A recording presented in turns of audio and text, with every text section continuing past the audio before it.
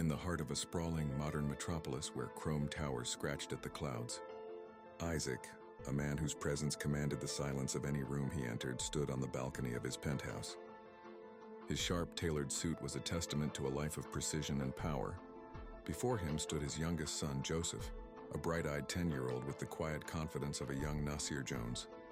Isaac draped a coat over the boy's shoulders, a masterpiece of luxurious, multicolored fur, so vibrant it seemed to hum with its own energy. It was a garment of impossible quality, a symbol of favor that set Joseph apart.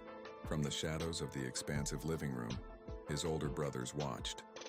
They were men in their early 20s, clad in the latest urban streetwear, their faces a mixture of disbelief and a slow-burning envy that tightened their jaws and narrowed their eyes. The coat was a throne Joseph could wear, and they saw it as a declaration of their own irrelevance. The air grew thick with unspoken resentment as the city lights twinkled indifferently below. The tension within the family penthouse soon became unbearable.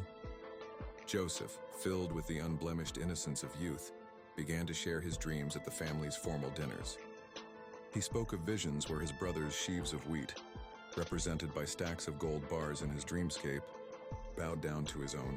He described another dream, one where the sun, the moon, and 11 stars, their entire family, prostrated themselves before him.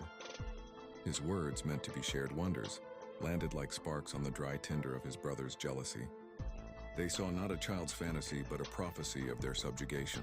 Their whispers started in hushed tones in the corridors, evolving into heated, secretive meetings in the city's underbelly. They plotted in dimly lit parking garages and secluded alleyways, their faces illuminated by the glow of their smartphones, as they planned to extinguish the bright future their father had so clearly laid out for their younger brother. The family, once a symbol of unity and strength, was now fractured by a prophecy and a coat. The city's polished veneer gave way to the rugged, forgotten outskirts.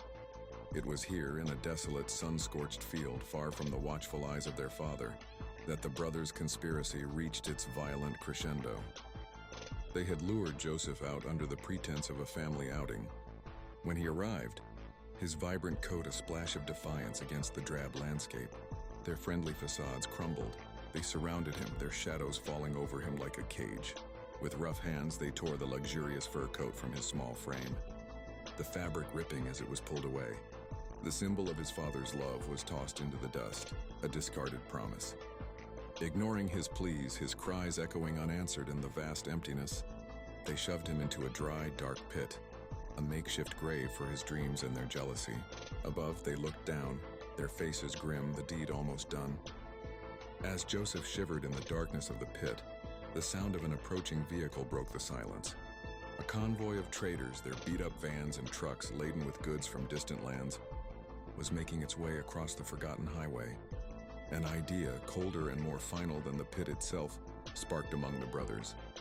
They hauled Joseph out, his eyes blinking against the harsh sun, and sold him for a handful of cash. The transaction was swift, impersonal. Joseph was pushed into the back of a truck, the door slamming shut with a deafening finality. Through a small, grimy window, he caught a last glimpse of his betrayers. They stood together, a silent, unmoving tableau against the horizon, his magnificent coat lying in a heap at their feet. As the truck rumbled away, carrying him toward an unknown fate in a foreign land, the image of his brothers, the very architects of his downfall, was burned into his memory. The journey had begun.